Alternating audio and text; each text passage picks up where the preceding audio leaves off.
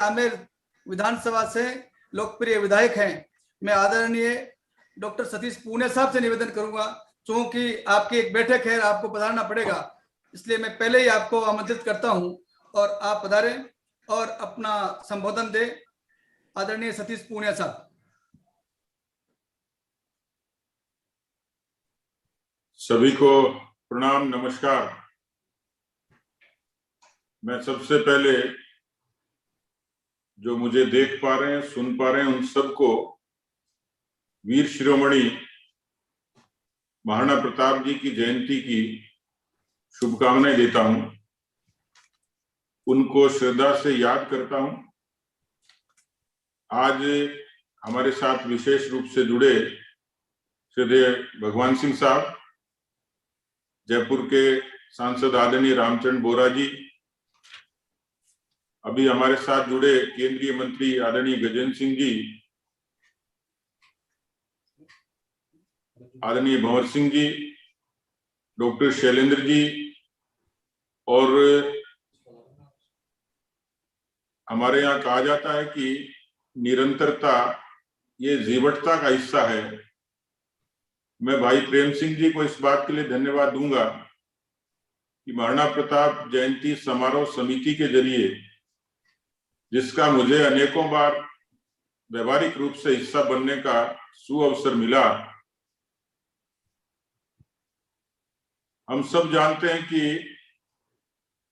पुरखों का इतिहास में बड़ा स्थान होता है। पुरखे किसी कुटुंब के हों, किसी समाज के हों, देश के हों, उनकी स्मृतियां केवल इतिहास का हिस्सा भर नहीं होती हैं, इतिहास से भी कहीं आगे होती हैं। मैं स्मरण करता हूं बचपन से कि स्कूल में दो तस्वीरें आकर्षित करती थी, जो स्कूल के किसी कक्ष में लगी होती थी। एक विशालकाय भाले के साथ उन्नत ललाट की, रोबीले चेहरे की, मजबूत बाजू की वो प्रतिमूर्ति महाराणा प्रताप के रूप में दिखती थी। और गुरुजन भी यही बताते थे कि ये वो योद्धा थे जिन्होंने मुगलों को धूल चटाई। एक दूसरी तस्वीर स्वामी विवेकानंद जी की दिखती थी, जिनकी ओजपूर्ण वाणी से पूरे दुनिया में हिंदुत्व का, राष्ट्रवाद का शंखनाद हुआ। कालखंड अलग अलग था, लेकिन साम्यता थी। स्वाभिमान, देशभक्ति। और मैं जितना इतिहास को पढ़ पाया, समझ पाया, ये कहूं कि महाराणा प्रताप ये स्वतंत्रता, ऐसे प्रथम स्वतंत्रता सेनानी जिनको कह सकते हैं कि जिन्होंने स्वाभिमान की और आजादी की अलख जगाई, जिनका अनुसरण 1857 की क्रांति के उन तमाम क्रांतिकारियों ने भी किया। और जैसा अभी बोरा जी कह रहे थे कि लाला लाजपत राय जी ने भी उद्धृत करते हुए कहा कि आजादी की लड़ाई में यदि किसी महापुरुष से प्रेरणा लेनी हो तो वो महापुरुष यकीनन वीर शिरोमणि महाराणा प्रताप जी ही होंगे। और निश्चित रूप से उस समय की पीढ़ी ने उनको पढ़ा भी होगा और उनकी प्रेरणा को अंगीकार भी किया होगा। भारत के इतिहास में वीर शिवाजी, वीर शिरोमणि महाराणा प्रताप और गुरु गोविंद सिंह जी, इन तीनों महापुरुषों को देखेंगे तो एक साम्यता दिखती है। महापुरुषों की तुलना नहीं होती, उनका अपना एक विराट व्यक्तित्व होता है। लेकिन मैं ताज्जुब करता हूं कि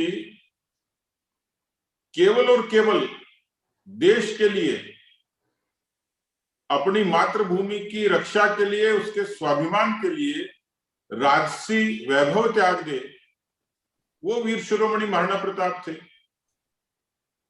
जो उन पहाड़ियों में रहने वाले आदिवासी गिरिजन हित को, आदिवासियों को संगठित करें।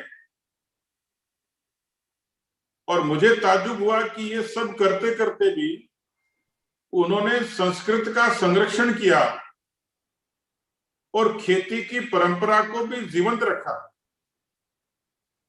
मुझे पता नहीं कितना सही है कितना गलत, लेकिन ये बात मुझे सर्वाधिक अपील की कि महाराणा प्रताप जी का भाले का वजन अकबर के वजन से ज्यादा था।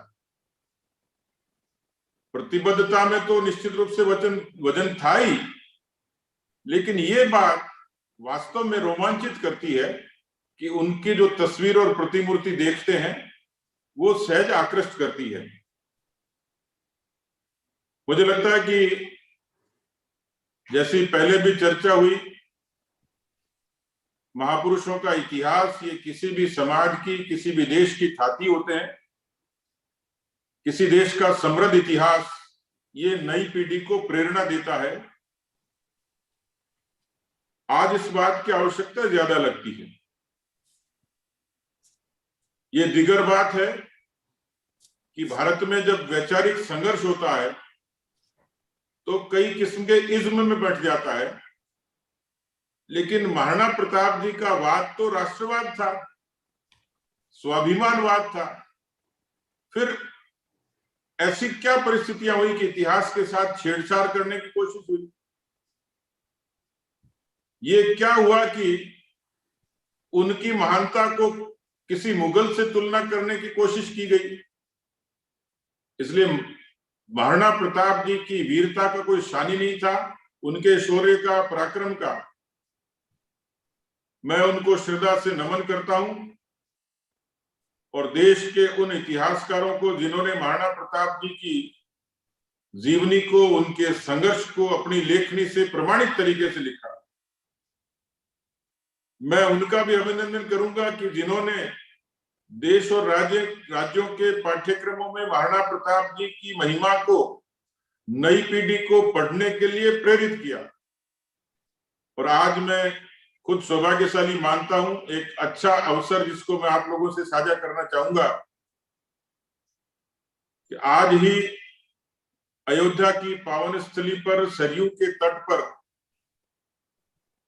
12 फीट ऊंची अष्ट धातु की प्रतिमा जो जयपुर के ही हमारे मूर्तिकार ने, शिल्पकार ने गढ़ी है, महावीर भारती जी ने, उनकी टीम ने, वो आज अयोध्या के लिए प्रस्थान हुई है। और आने वाले समय में उत्तर प्रदेश के यशस्वी मुख्यमंत्री योगी आदित्यनाथ जी उस कार्यक्रम में उनकी भागीदारी रहेगी और महाराणा प्रताप जी की मूर्ति की प्राण प्रतिष्ठा वहां भव्य सम्मान के साथ होगी। साथियों, सम्मानित नागरिकगण, मैं यही निवेदन करते हुए अपनी वाणी को विराम दूंगा कि महापुरुष और खासतौर पर वीर शिरोमणि महाराणा प्रताप, ये तो हिंदुआ सूरज थे जिनको पूरे भारतवर्ष का समग्र समाज श्रद्धा से पूजित करता है, उनका अनुसरण करता है। उनके स्मरण मात्र से स्वाभिमान की एक ललक पैदा होती है। इसलिए उनका कोई उनके प्रति अश्रद्धा नहीं कर सकता, उनका असम्मान नहीं कर सकता। वो हमारे लिए प्रातस्मरणीय, सम्माननीय है। और इसलिए वो सर्व समाज की इस तरीके की एक विभूति थे कि जिनके बारे में किसी किस्म की सियासत की, राजनीति की आवश्यकता है ही नहीं। मेवाड़ की धरती इस बात के लिए धन्य है कि पन्ना धाय का बलिदान, मीराबाई की भक्ति और तमाम हमारी राजस्थान की शक्ति और भक्ति की धरती, जिनमें सम्राट पृथ्वीराज चौहान का अदम्य साहस, महाराजा सूरजमल की दृढ़ता, तेजा जी की गो भक्ति, ये पूरे राजस्थान में जो हमारी लोक देवताओं की, महापुरुषों की विराट परंपरा है, वो हमें अतिरिक्त ऊर्जा देती है। मैं आप सब लोगों को, हम सब लोग सौभाग्यशाली हैं कि भारत की धरती पर जन्म लेने का अवसर मिला। एक ऐसी सनातन धरती जिसकी आज दुनिया लोहा मानती है, प्रतिभा का, वीरता का, भक्ति का, अध्यात्म का, धर्म का, संस्कृति का। और इसलिए ऐसी ही राजस्थान की अनूठी धरती के हम लोग निवासी हैं, जहां ऐसी महान विभूतियों का जन्म हुआ। महाराणा प्रताप सरीखे ऐसे महापुरुष हमारी उस महापुरुष परंपरा के विराट पुरुष हैं, जिनका हम लोग आज जयंती मना रहे हैं। मैं आप सब लोगों को एक बार फिर से बहुत शुभकामनाएं देता हूं। और मुझे लगता है आज के युग में जैसे कहा जाता है कि देश रहना चाहिए, मैं रहूं या न रहूं, यही उदात्त भावना महाराणा प्रताप जी की थी और यही उदात्त भावना हर एक राष्ट्रभक्त देशवासी की है। हमारा पूरा जो समग्र हिंदू समाज है वो संगठित रहे, एकजुट रहे और सब लोग मिलकर एक समरस समाज की स्थापना के लिए हम सब लोग प्रतिबद्ध रहे।